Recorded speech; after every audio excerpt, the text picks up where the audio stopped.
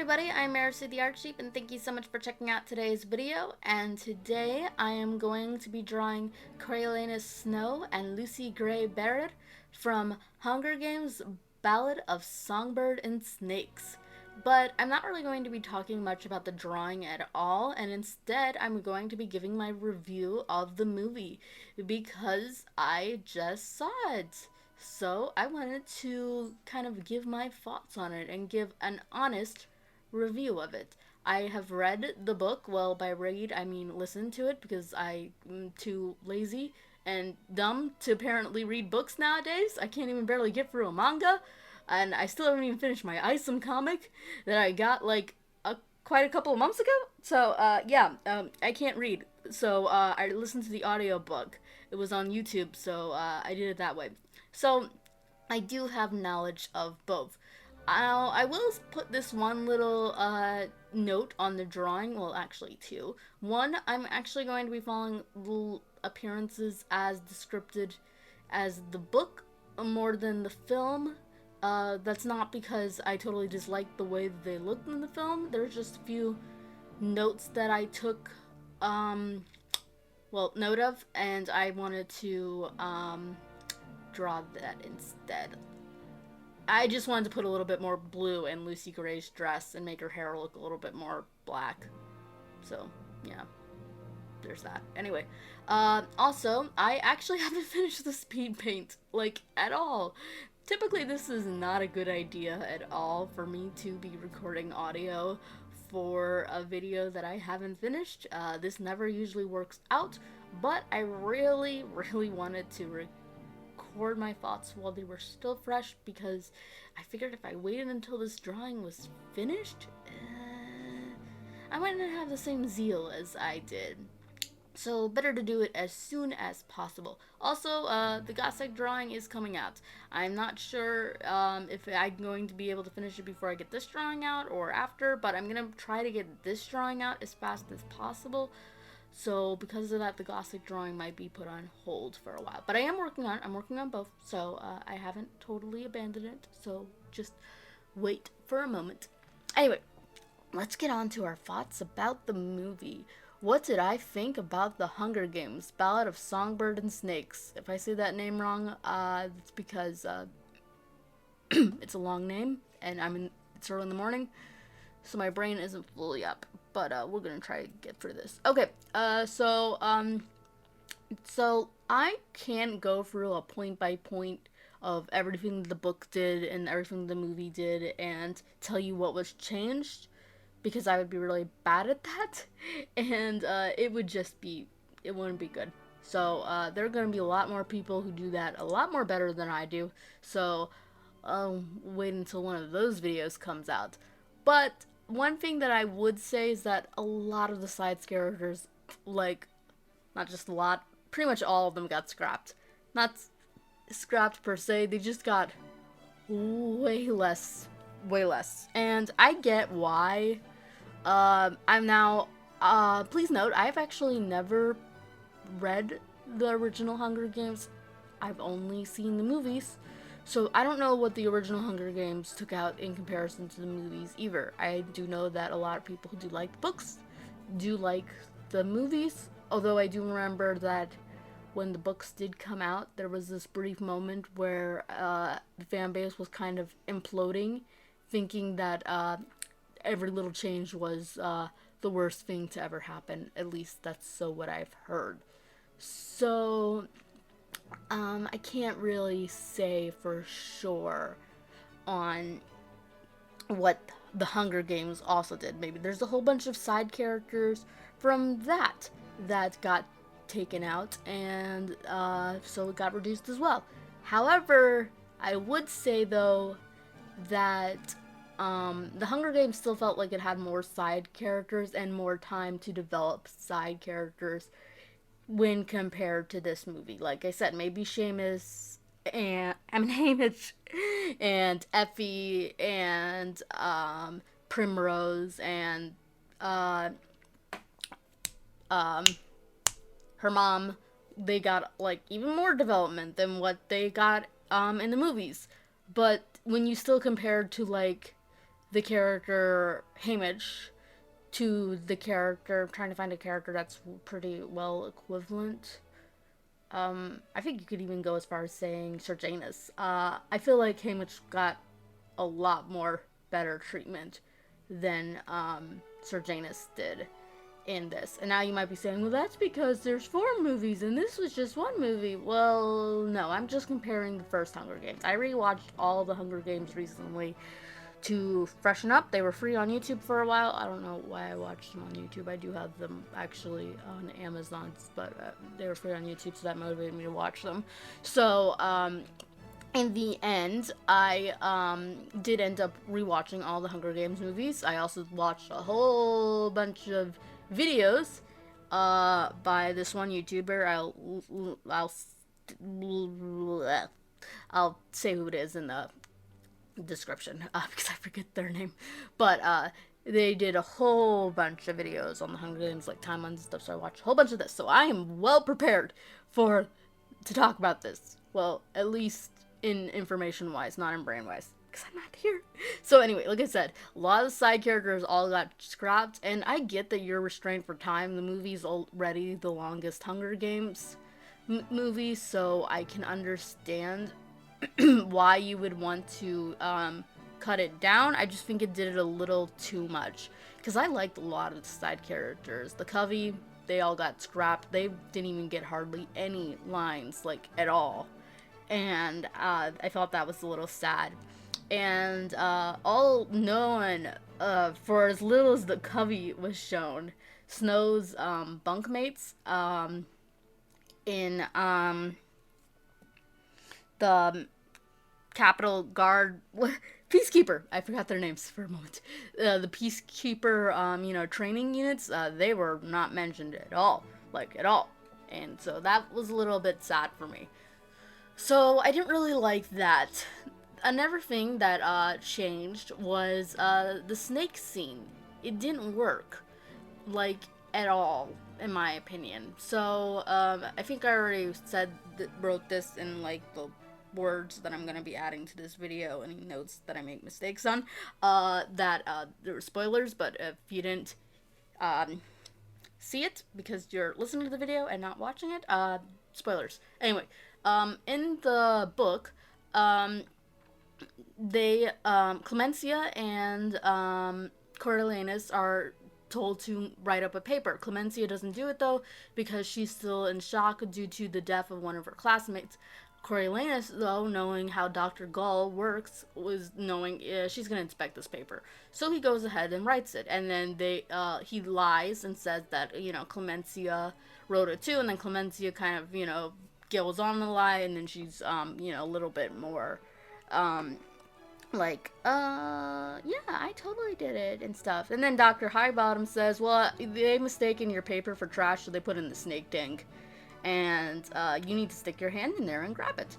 Okay, so this is what didn't work about the snake scene for me. I know I'm going a little bit out of order. I'm getting to the big stuff in a minute.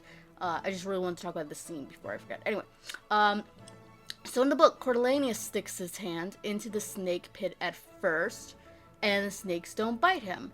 And then Clemencia sticks her hand into the snake pit, and it bites her. And then Dr. Gall says the reason why is because they're not used to your smell.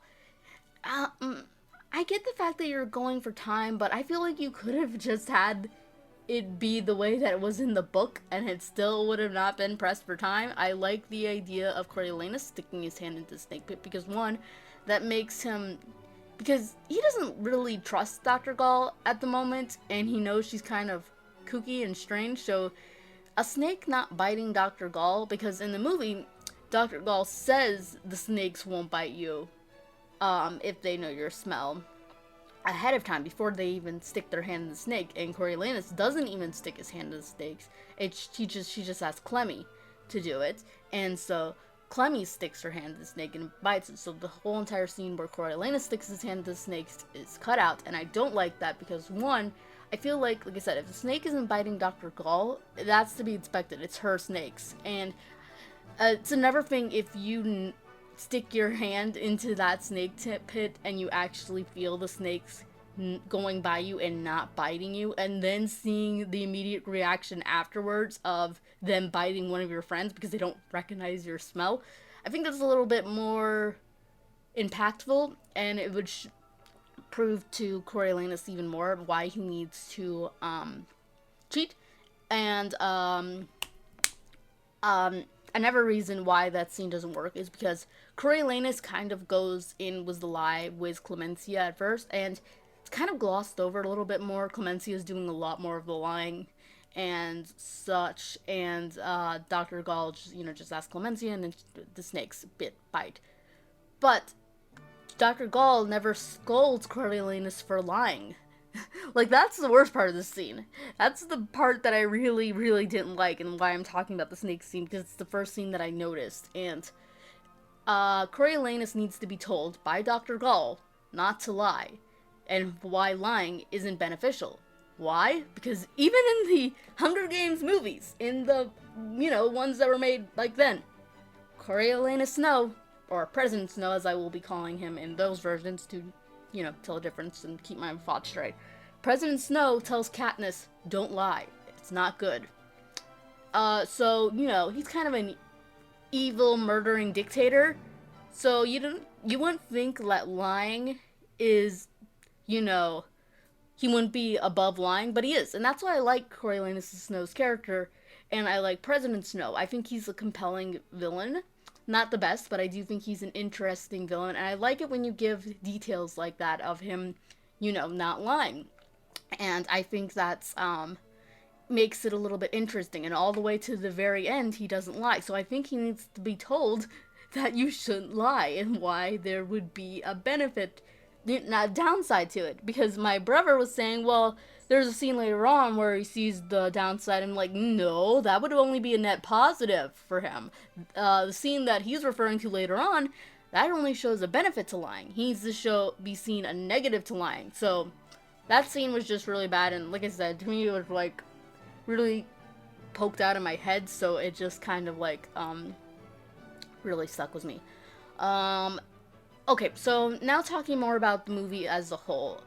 The pacing seemed a little bit uneven, seemed way too, it really does throw you in really fast at the beginning, and then, right after the first scene, it kind of just goes a little bit slower, and then right when the Hunger Games, right when the snake, tub is dumped into the, arena,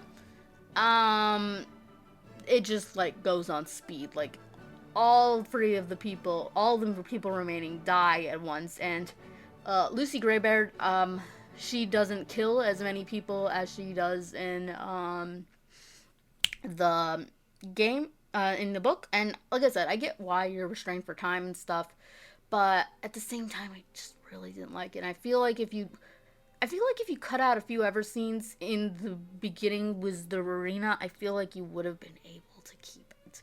So I didn't really care for that. And it just was a little bit more well paced in the book. And I don't think it was just not because of the, I don't think it was simply because of, being cut down for time. But anyway, let's get on to talking about the characters. The real reason why you guys are probably here and wanting to know my thoughts. Okay, I'm gonna be honest. None of the characters' acting was very good. All of the actors kind of felt like they were picked more because this person is in right now, so let's go with them. They're really big and really jiving with the new popular kids, so we're just gonna pick them. And they didn't feel like they were picked just because they were the best for the role. Now, granted, some of the people that I'm thinking of who would be better for the role are probably too old for a lot of these roles, so I will give that there are, young people that needs to be picked. I mean, a lot of the actors were younger than I am, so, you gotta pick, more younger people. But outside of Viola Davis, and I wouldn't say this unless I truly believed it, she was the only one who really seemed perfectly picked.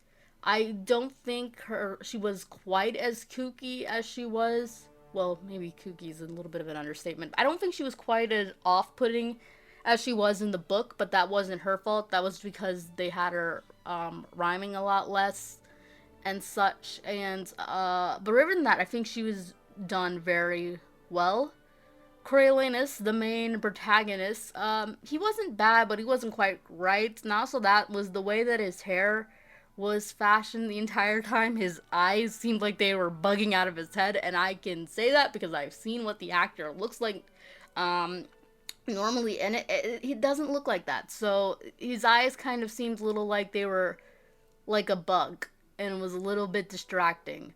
And his acting, wasn't probably worse than Jenny's, but I don't think it was better. Maybe it was. I need to rewatch some of it, to be honest, so I can't really talk about that. A lot of the flaws that Jenny seemed to have, he seemed to have too. So there's that.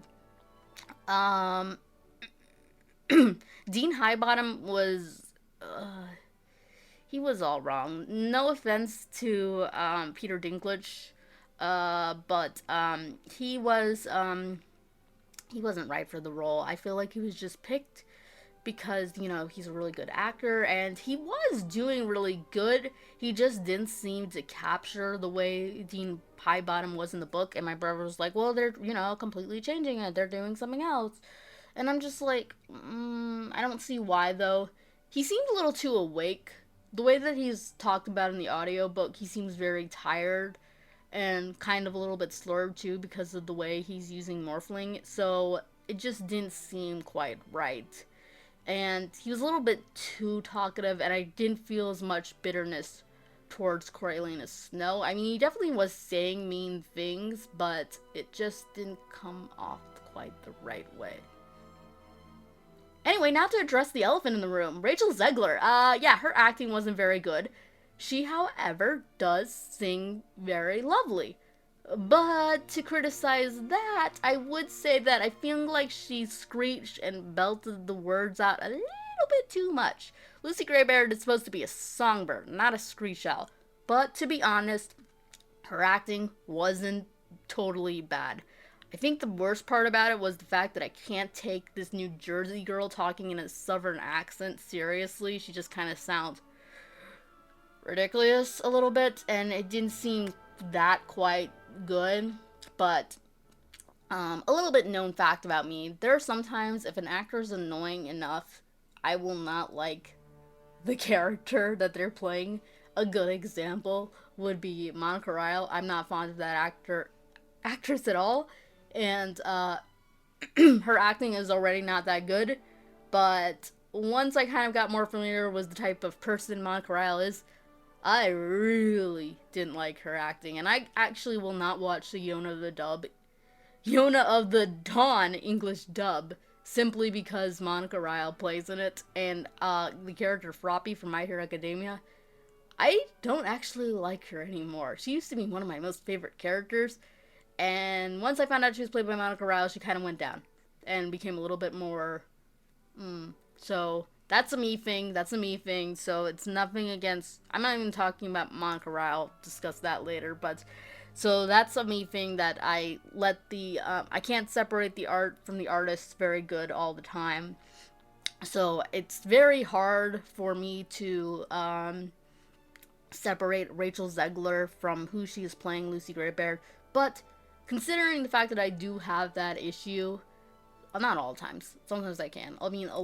every Hollywood actor and actress is like pretty much a douchebag, but I can separate it a lot of times. It's just certain times that I just can't. And considering the fact that Rachel Zegler, I really thought was going to be that one, it wasn't that bad, actually. It wasn't. I didn't have that problem. The problems I was having with Rachel Zegler's performance was simply because of things that I would find even if I liked her. They were just issues that I had. It had nothing to do with her being Rachel Zegler. But, side note, it's gonna be so annoying seeing her play Snow White.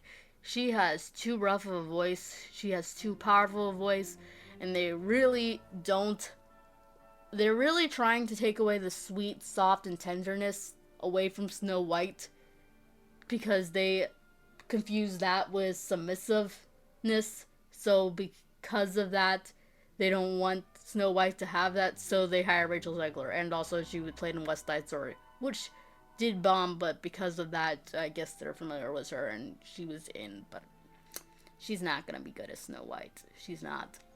I do not see how that is possible. So, yeah, that's not gonna be good. But you might be saying, well, they're doing something different with Snow White. Well, it's like, then why are they trying so hard to make her like Snow White? They got the same dress. Also, I guess the reason why Peter Dinklage didn't want dwarves to act in Snow White now is because maybe he worked with Rachel Zegler, so he knows what it's like, so he didn't want to put them for the same thing. That's a joke. That's a joke. Anyway, back on to the characters. My brother said that, I gotta get my thoughts restraighted because I went off a little bit on a tangent too much, and also I'm running out of time in this video because I don't know how long the speed paint will be. My brother said that, Lucy Greybaird's character was better than Katniss. Well, I'm like, well, you can't compare Lucy Greybaird to Katniss.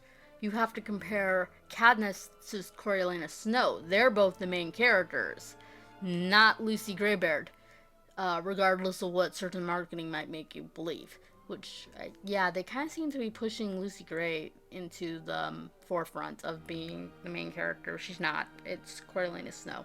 But anyway, that's actually the reason why I actually wanted to check this out, was because it was Coriolanus Snow. In the case of Lucy Greybaird, you have to compare her more to someone like Gale or Peeta. And me, I mean, in terms of acting and such, it wasn't the best. And so, like in the case of Katniss and both Coriolanus Snow, they inner monologue a lot. I don't know how much Katniss does it in the book. I definitely know she does do it a lot, to the point where I've heard people say it's like a microphone is put on her brain, and it's permanently on. So, and if it's anything like what I saw in the Ballad of Songbirds and Snakes, then yeah, I can believe that. And that actually brings me up to a really big side tangent that I will hopefully go through really fast. I hate how Hollywood's just against inner monologuing. I mean, anime does it a lot. I think a few ever foreign films do it, but Hollywood doesn't do it at all. And I get the fact that it could be a little stupid and you could probably overdo it, but the fact that they just don't do it at all really gets my goat. And I just don't like it. Anyway, the ending. To be honest, I feel like there are pros and cons of the ending. Pro being Lucy's paranoia was built up a little bit better, slightly. It was kind of rushed in the book. Now, you could say that one reason for this is because it is from Coriolanus' side, so because of that, he isn't connecting the dots as much. And I do like that because you are getting everything from Coriolanus' side. You don't know what's going for Lucy Gray's head, and even her expressions and her movements are all being interpreted through his vision. So to him, it is going by really fast, and there isn't much connection for it. But at the same time, it does kind of seem like she just kind of goes from 0 to 100 really fast. And that's not to say that Lucy Gray didn't have reasons for doing what she did. Of course she did, but that said, she was a little bit too fast probably in the book. And judging the scene, and so I felt like in the movie they fixed it a little bit more. But the cons to this ending was I like the ambiguous nature of it better in the book. So in the book, Sir Janus, as he's being hung, he never hears, or at least we never know if he heard the recording of the Jabberday. It's never played back. It's never known for sure if Sir Janus knew that Snow betrayed him. And Snow is left wondering if that is the case. And for a while, he's not even 100% sure if the reason why why Sir Janus was hung was because of the Jabberjay recording. Then later on, it is revealed that he is, but it's never revealed if Sir Janus knew or if Lucy Gray Baird knew. And I like the ambiguous nature a little bit more in the book, but at the same time, it did add to Lucy Gray's paranoia a bit and help flesh that out a little bit more. One bad thing I was noticing is like because the inner monologuing is gone, when Coriolanus is looking at the guns in the book, he's the one who's thinking there is no more loose ends outside of Lucy Gray. Whereas in the movie, since there's no mic on his head, it's Lucy Gray who says it, and it's just like, my goodness, you're an idiot. Like, okay, so I don't know what's going on in Lucy's head quite, but at the same time, it's like, okay, if you're trying to suspect this guy, why would you say that? And if you do still trust him, you're like, oh, well, I want to trust him, and I'm just not sure. Why would you, and you, like, believe that he didn't do anything wrong, why would you still say that? That was bad. It was bad. And then, so she goes off, and then Coriolanus follows her, and then they get into that shooting thing. The last words that Rachel Zegler says in the movie is, bah! And then, the film ends. And, it felt a little bit even more faster the last moments in the book. They didn't really get into the details of hinting at who he was going to marry. They didn't even really state that his Sir Janus's parents kind of took him in on the war. They just kind of really rushed that over. And I didn't like that. And, they flat out show Highbottom dying, and I do get why he would do that, but, I mean, maybe it's because I was an idiot, but I didn't even see when he poisoned the Morphling bottle. I guess it's just implied, but because of that, it just seemed really rushed to me. And, so I feel like at the very, very end, like in the epilogue, it could have been a little bit better. Because, so, I feel like some parts of the movie dragged a little too much, and then some parts were rushed too much. And this is a 2 hour and 8 minute movie, so it's not like it's a short movie either, so I feel like it could have been paced better. That said, I think the directing was very nice for the action. I feel like it was very good. I never felt in the dark trying to figure out what was going on. Everything was very clear. It had very nice focus, in my opinion. The acting could have been directed a little bit better. Like I said, I don't think anybody was giving a performance, but at the same time, nobody sounded like really bad. No one was like Brie Larson from the Marvels, so there's that. And the music was also very nice. Like I said, I do think that Rachel Zegler screeched and belted some of the words out a little too hard, in my opinion, but she did sing really nice, so I did like her songs, and I might actually buy the soundtrack, maybe. I'm not sure. Or at least some songs. So, all in all, I probably give Hunger Games, I probably give the Ballad of Songbirds and Snakes probably a 6.5.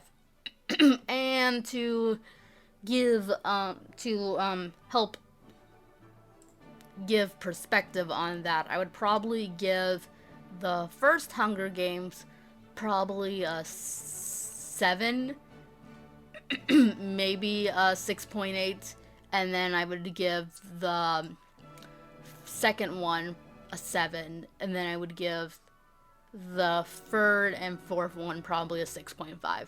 So, relatively even to all of them, and if you're thinking that a 6 is a bad, no. I think a 6 is slightly above average. I think that 5 is an average film, and I think there's nothing wrong with an average film. I think the reason why people get so turned off when they hear a movie is a 5 is because they don't want to waste their time on an average film anymore. They want a 7, a good film. So, that is one reason why I think 5 is so looked down on. So there's nothing wrong with a 6, in my opinion. And would I recommend this movie? Yeah, I mean, there are definitely some choices that were made behind the scenes that I was not fond of, but overall, as the movie, just judging it in the vacuum, I definitely did like it.